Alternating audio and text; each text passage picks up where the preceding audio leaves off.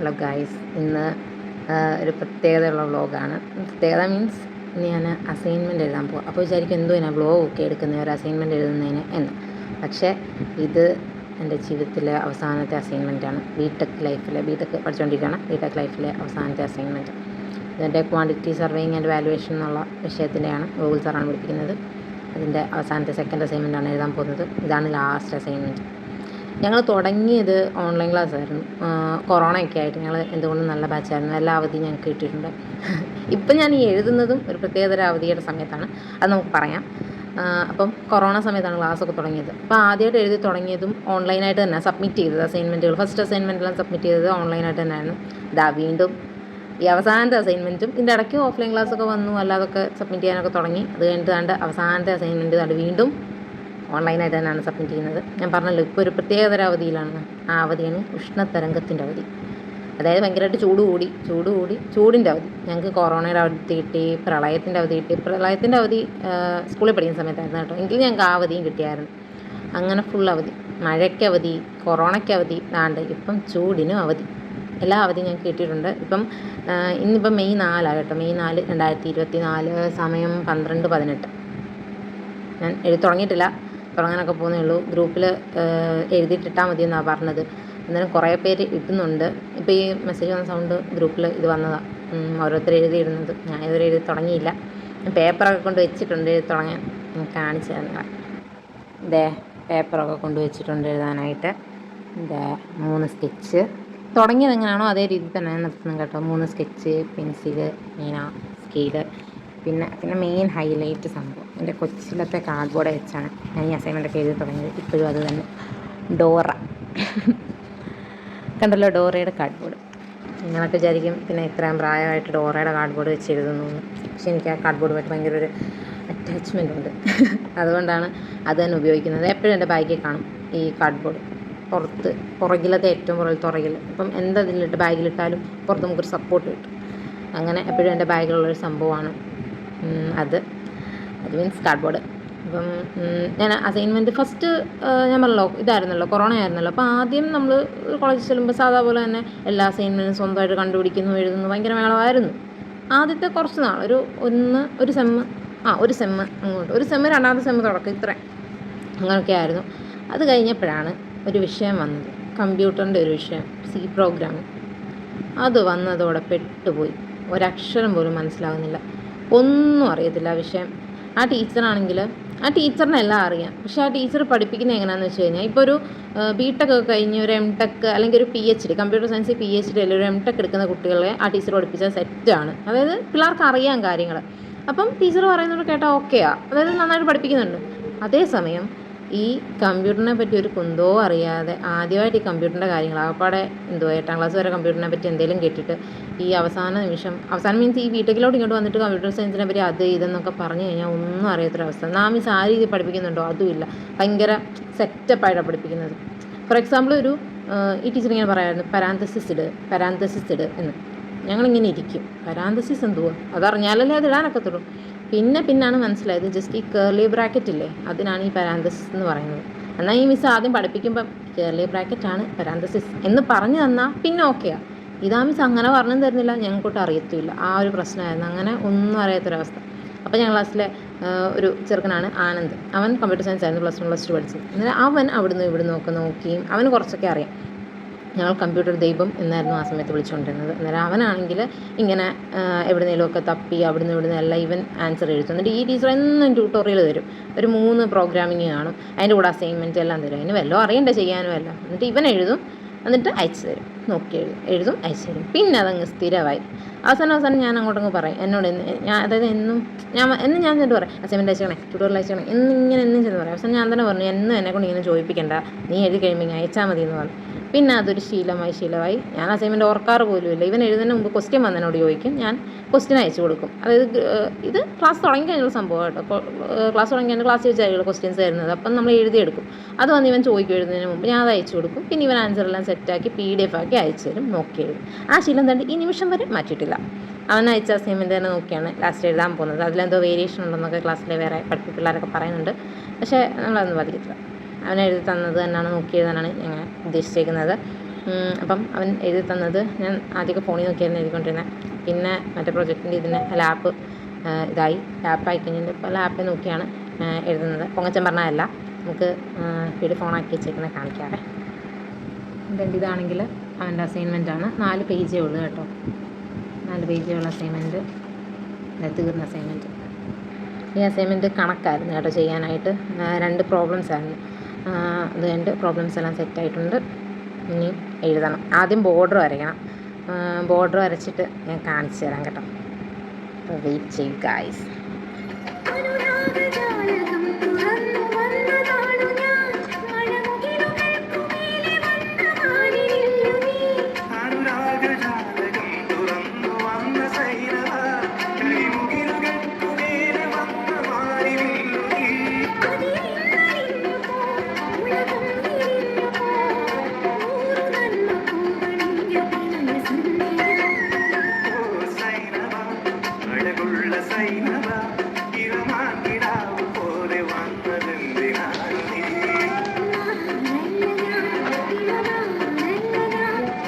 ഇട്ട് കഴിഞ്ഞിട്ടുണ്ട്. ഇനി എഴുതി തുടങ്ങിയാൽ മതി. ഏകദേശം എല്ലാവരും ഗ്രൂപ്പിൽ ഇട്ട് കഴിഞ്ഞു കേട്ടോ. നമ്മളിവിടെ വരച്ചെഴുതുന്നതേ ഉള്ളൂ. എഴുതിയില്ല, വരയും കൊണ്ട് കഴിഞ്ഞേ ഉള്ളൂ. നമുക്കപ്പം എഴുതി തുടങ്ങാം.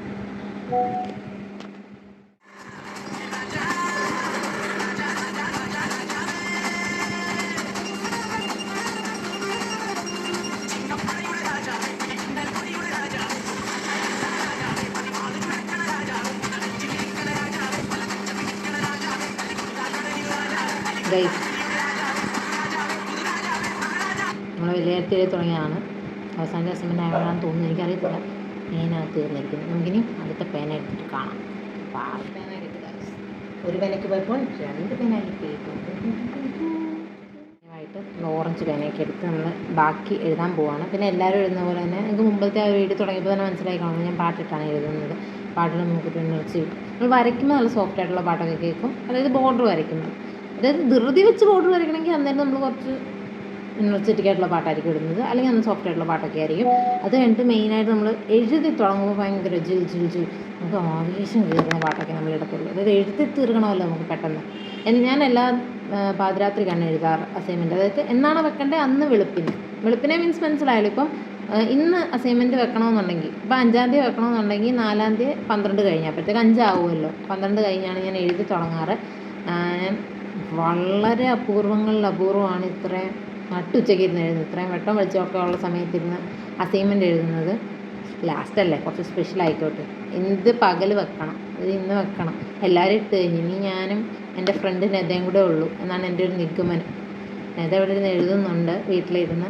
നെത നിങ്ങൾക്ക് മനസ്സിലായില്ലേ, എൻ്റെ സ്ഥിരം നമ്മളുടെ കോംബോ ഇല്ലേ, ഈ വ്ളോഗിലെ കോംബോ. അതാണ് നമ്മുടെ വ്ളോഗ് നീണ്ടു പോകുന്നു. അപ്പോൾ നമുക്ക് എന്തായാലും എഴുതി തുടങ്ങാം. ഓക്കെ, പാട്ടിലാവേ. നമുക്ക് എഴുതാനുള്ള എടുത്ത് എഴുതാം.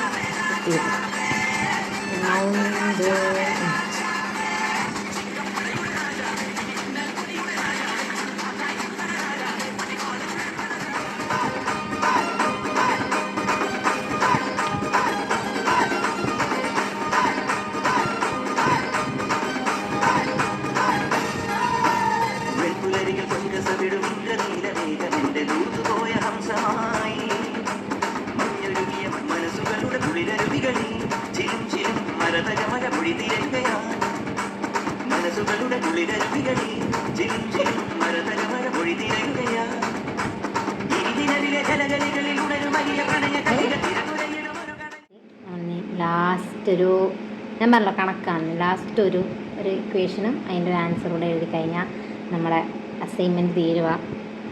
വർഷങ്ങളായിട്ട് തുടങ്ങിയ അസൈൻമെൻറ്റ്. ഞാൻ ആദ്യമായിട്ട് അസൈൻമെൻറ്റ് എഴുതിയത് 2-ാം ക്ലാസ്സിൽ വെച്ചായിരുന്നു. അസൈൻമെൻറ്റ് എഴുതി എനിക്കൊന്ന് 3 തൊട്ടാന്ന് തോന്നുന്നു. 2-ലാണ് ആദ്യമായിട്ട് പ്രൊജക്റ്റ് എന്ന് പറഞ്ഞ സംഭവം തുടങ്ങി. അന്ന് പ്രൊജക്റ്റും അസൈൻമെൻറ്റ് ഇങ്ങനെ എഴുതുവാണെങ്കിൽ അത് അസൈൻമെൻറ്റ്, പടം ഒട്ടിച്ചുകൊണ്ട് വരുന്നതാണെങ്കിൽ പ്രൊജക്റ്റ്, അങ്ങനെ ആയിരുന്നല്ലോ. 2 വെച്ചാണ് തുടങ്ങിയത്. ഞാൻ ഇപ്പോഴും ഓർക്കുന്നുണ്ട്. സയൻസിൻ്റെ അസൈൻമെൻറ്റാണ്, അസൈൻമെൻറ്റും പോയിട്ട് പ്രൊജക്റ്റ് ആണെങ്കിൽ ഫസ്റ്റ് കിട്ടിയത്. ലിവിങ് തിങ്സിൻ്റെ പടങ്ങളും നോൺ ലിവിങ് തിങ്സിൻ്റെ പടങ്ങളും ഒട്ടിച്ചുകൊണ്ട് വരാനായിരുന്നു അസൈൻമെൻറ്റ് നവായി വരുന്നത്. ആ പ്രൊജക്റ്റ് മായ എന്ന് പറഞ്ഞൊരു ടീച്ചറായിരുന്നു ആ അസൈൻമെൻറ്റ് തന്നത്, പ്രൊജക്റ്റ് തന്നത്. ആ ടീച്ചറിനെ ഞാൻ കഴിഞ്ഞ ഞായറാഴ്ചയും കണ്ടായിരുന്നു. ഒരു കല്യാണത്തിന് പോയപ്പോൾ, ഒരു ടീച്ചറിൻ്റെ മോൻ്റെ കല്യാണത്തിന് പോയപ്പോൾ. അപ്പോൾ ഞാൻ ഇങ്ങനെ ഓർത്തു ഇതിപ്പോൾ അവസാനത്തെ ഇങ്ങനെ എഴുതിയപ്പം അത് ഓർത്തു, അതുകൊണ്ടാണ് ഞാൻ ആ കാര്യം ഇങ്ങനെ പറഞ്ഞത്. നമുക്കെന്നാൽ അവസാനത്തെ ആ ഒരു വരി എഴുതുന്ന നമുക്കൊന്ന് റെക്കോർഡ് ചെയ്തേക്കാം. എഴുതാൻ പോവാം കേട്ടോ.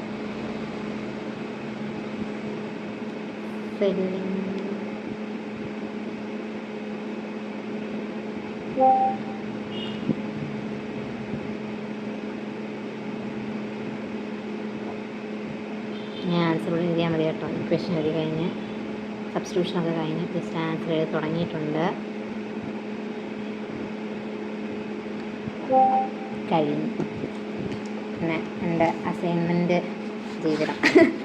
അതായത് അസൈൻമെൻറ്റ് എഴുതുന്ന ആ ഒരു സംഭവം അത് കഴിഞ്ഞിരിക്കുന്നു. 3 പേജേ ഉള്ളായിരുന്നു. ഈ അവസാനത്തെയാണ് നമ്മൾ ഇപ്പോൾ എഴുതിയെന്ന് ഞാൻ പറഞ്ഞു. അസൈൻമെൻറ്റ് കഴിഞ്ഞു. എല്ലാവരും ഗ്രൂപ്പിൽ മെസ്സേജ് ഇട്ടുകൊണ്ടിരിക്കുക, അതാണ് ഈ സൗണ്ട് കേൾക്കുന്നത്. ഇനി നമുക്ക് ഫ്രണ്ട് പേജ് എഴുതുന്ന പ്രക്രിയയിലേക്ക് പോകാം. ഞാൻ ഫ്രണ്ട് പേജിന് ഒരുപാടങ്ങ് ഭംഗി കൂട്ടുന്ന ആളൊന്നുമല്ല. ജസ്റ്റ് എങ്ങനെയും ഒന്ന് എഴുതി വെക്കുക, അത്രേ ഉള്ളൂ. എന്നാലും ഒരു ഇച്ചിരി വൃത്തി വേണതാണ്. ആ ഒരു രീതിയിലുള്ള ഇതൊക്കെയുള്ളൂ. വലിയ ഡിസൈനും എനിക്ക് പിന്നെ ഭയങ്കര ഭംഗിയായിട്ട് എഴുതാനൊന്നും അറിയത്തില്ല. ജസ്റ്റ് സാധാ പോലെ എഴുതത്തേ ഉള്ളൂ. വലിയ ഇങ്ങനെ പൂവും കായും വരയ്ക്കില്ല, അങ്ങനത്തെ പരിപാടിയൊന്നും ഇല്ല. അതിങ്ങനെ ഫാഷനിലൊക്കെ എഴുതത്തില്ല ചിലർ. ഇങ്ങനെ കുനിപ്പൊക്കിയിട്ട് ഇങ്ങനെയൊക്കെ എഴുതത്തില്ല, അതൊന്നും വരത്തില്ല.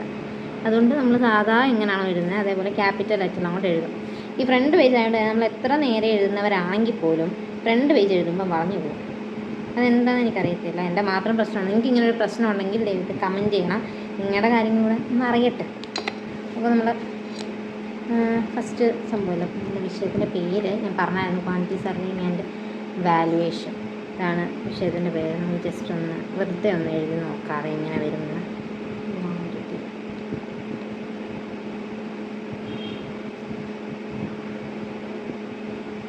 ഒരു ലൈനിൽ തന്നെ എഴുതാൻ പറ്റും. ഒരു ലൈനിൽ തന്നെ എഴുതുന്ന പോലെ എഴുതാതെ നമ്മൾ ബ്രൗൺ ഇട്ട് ബോർഡർ വരച്ചു. അത് നമുക്ക് ബ്ലാക്ക് ഇട്ട് എഴുതാം. ഓക്കെ, ബ്ലാക്ക് ഇട്ട് നമുക്ക് എഴുതാതെ. ഇത് നിങ്ങളെ ഞാൻ കാണിച്ചു തരാം ഞാൻ എഴുതിയത്.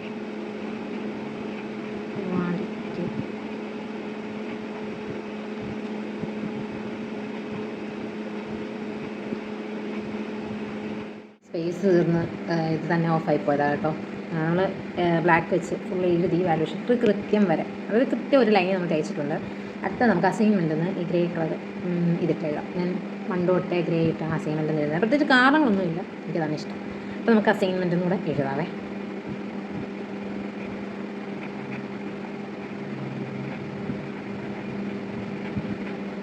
അസൈൻമെൻറ്റെന്ന് എഴുതി. ഇതിപ്പോൾ ബ്ലാക്കും ഗ്രേയും ഒരേപോലെ ഇരിക്കുന്നത് കേട്ടോ. മലയാളത്തിൽ മാറ്റിയിട്ട് എഴുതിയതാണ്. ആ സാരമില്ല, ഉള്ളതാട്ട്.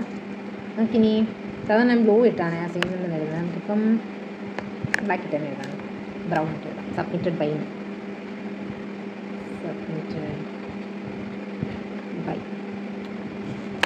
എൻ്റെ പേര് എഴുതാം. ഇല്ലായിരുന്നു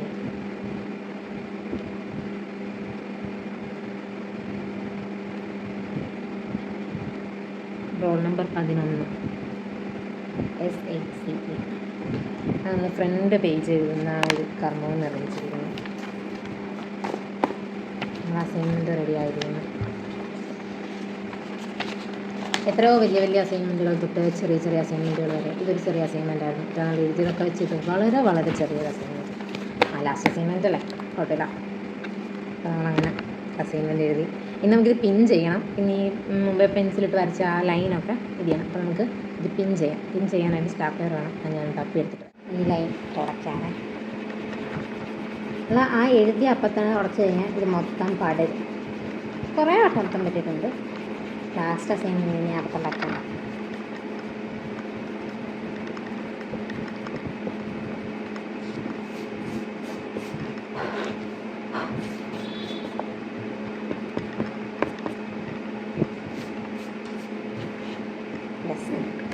ബ്യൂട്ടിഫുള്ളായി. നമുക്കിനി ഓർഡറിലാണോ എഴുതിയേക്കുന്നത് എന്താണെന്ന് നോക്കാം. അതെ, ഒത്തിരി പേപ്പറൊന്നും ഇല്ലാത്തതുകൊണ്ട് നമ്മൾ പേജ് നമ്പർ ഒന്നും ഇട്ടില്ല കേട്ടോ. അല്ല, ഞാൻ സൈഡിൽ ഇങ്ങനെ പെൻസിൽ വെച്ച് ഇങ്ങനെ ഇടുന്ന. നമുക്കിനി പിൻ ചെയ്യാം. സ്റ്റാഫിൻ്റെ ഒരു തൊട്ട് കണ്ടിട്ടുണ്ടെങ്കിൽ നമുക്കിനി പിൻ ചെയ്യാം. ഞാനിങ്ങനെ ബുക്ക് പോലാണ് പിൻ ചെയ്യുന്നത്.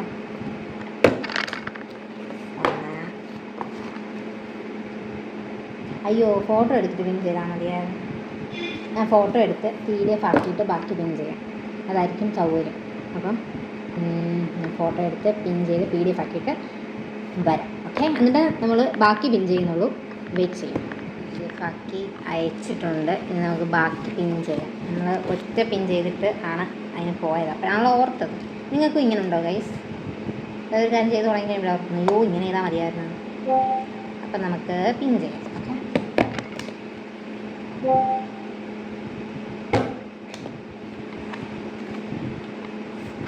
അത് അസൈൻമെൻറ്റ് കംപ്ലീറ്റ് ആയിരിക്കുന്നു. അവസാനത്തെ അസൈൻമെൻറ്റ്. ഇനി ഞാൻ പഠിക്കാനൊന്നും പോകുന്നില്ല എന്നാണ് ഇപ്പോൾ തീരുമാനം. അപ്പം ഇത് അവസാനത്തെ അസൈൻമെൻറ്റ്. 2ാം ക്ലാസ്സിൽ തുടങ്ങിയ അസൈൻമെൻറ്റിന് ബി ടെക്കിൻ്റെ അവസാനത്തെ വർഷം, അതായത് 2024 മെയ് 4-ാം തീയതി വിരാമം ഇട്ടിരിക്കുന്നു ഗായ്സ്.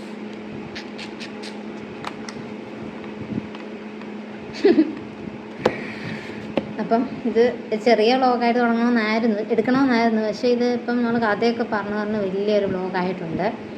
സാരമില്ല, ഞാൻ എൻ്റെ ഇടയ്ക്ക് നമ്മുടെ കോംബോ നെതയോടും പറഞ്ഞ് വ്ളോഗ് എടുക്കാൻ നെതയും വ്ളോഗൊക്കെ എടുത്തിട്ടുണ്ട്. അപ്പോൾ എനിക്കൊരു സന്തോഷം. എനിക്ക് വ്ളോഗൊക്കെ അയച്ചു തന്നിൻ്റെ ഇടയ്ക്ക് കേട്ടോ. ഞാൻ കണ്ടു, കൊള്ളാം, നല്ല അടിപൊളി വ്ളോഗ്. നല്ല ഈ കഥ നമുക്കറിയാമല്ലോ, അത് ഇങ്ങനെ ഇതായിട്ട് സംസാരിക്കുന്നുണ്ട്. അതുപോലെ നല്ലൊരു വ്ളോഗാണത്. നിങ്ങൾക്ക് അപ്ലോഡ് ചെയ്യുവാണെങ്കിൽ നിങ്ങളെ കാണിക്കാം കേട്ടോ. അല്ല, നെതയോട് നമുക്ക് പറഞ്ഞു നോക്കാം കാണിക്കാവോന്ന്. കാണിക്കുമായിരിക്കും. അപ്പം അസൈൻമെൻറ്റുമായിട്ട് ബൈ ഗായ്സ്. അപ്പോൾ നമ്മളിത് അപ്ലോഡും ചെയ്തു കേട്ടോ. PDF ആക്കി അപ്ലോഡും ചെയ്തു. നെതയ്ക്ക് അപ്ലോഡ് ചെയ്യാൻ പറ്റുന്നില്ലായിരുന്നു. ഞാൻ തന്നെ അപ്ലോഡ് ചെയ്യാൻ മീൻസ് ഇതുണ്ടാക്കാൻ പറ്റുന്നില്ലായിരുന്നു PDF. നെതയ്ക്കും PDF എല്ലാം ഉണ്ടാക്കി കൊടുത്തു, സെറ്റാക്കി. ഞങ്ങൾ രണ്ടുപേരും ഒരുമിച്ചാണ് ഈ ലാസ്റ്റ് അസൈൻമെൻറ്റ് സബ്മിറ്റ് ചെയ്തത്. ഒരേപോലെ ഞങ്ങൾ രണ്ടുപേരും അയച്ചു, ടക്ക് ടക്ക് ടക്ക് അയച്ചു. ഞങ്ങൾ പറഞ്ഞ് ഒരുപോലെ അയച്ചിട്ടുണ്ട്. ഒരു സന്തോഷം, തീർന്നതിൻ്റെ ഒരു സന്തോഷമൊക്കെ ഉണ്ട്, ഇല്ലെന്നൊന്നും പറയുന്നില്ല. പിന്നെ ഇത് അവസാനത്തെ ആകുമ്പോൾ നമുക്കൊരു ഇതുണ്ട്, അവസാനത്തെ എഴുതുന്നു, അങ്ങനെ ഒരിത്. എന്തായാലും കഴിഞ്ഞു. അങ്ങനെ അസൈൻമെൻറ്റ് എഴുതുന്നുള്ളൊരു സംഭവം കഴിഞ്ഞിരിക്കുന്നു. അപ്പം ഈ വ്ളോഗ് നിർത്താൻ പോവാണ്. നിങ്ങൾക്ക് ഇഷ്ടപ്പെട്ടിട്ടുണ്ടെന്ന് വിചാരിക്കുന്നു. നിങ്ങളുടെ അവസാനം എഴുതിയ അസൈൻമെൻറ്റിൻ്റെ എക്സ്പീരിയൻസ് ഷെയർ ചെയ്യുക. അപ്പം നമുക്ക് അടുത്തൊരു വ്ളോഗുമായിട്ട് പിന്നീട് കാണാം. Bye guys.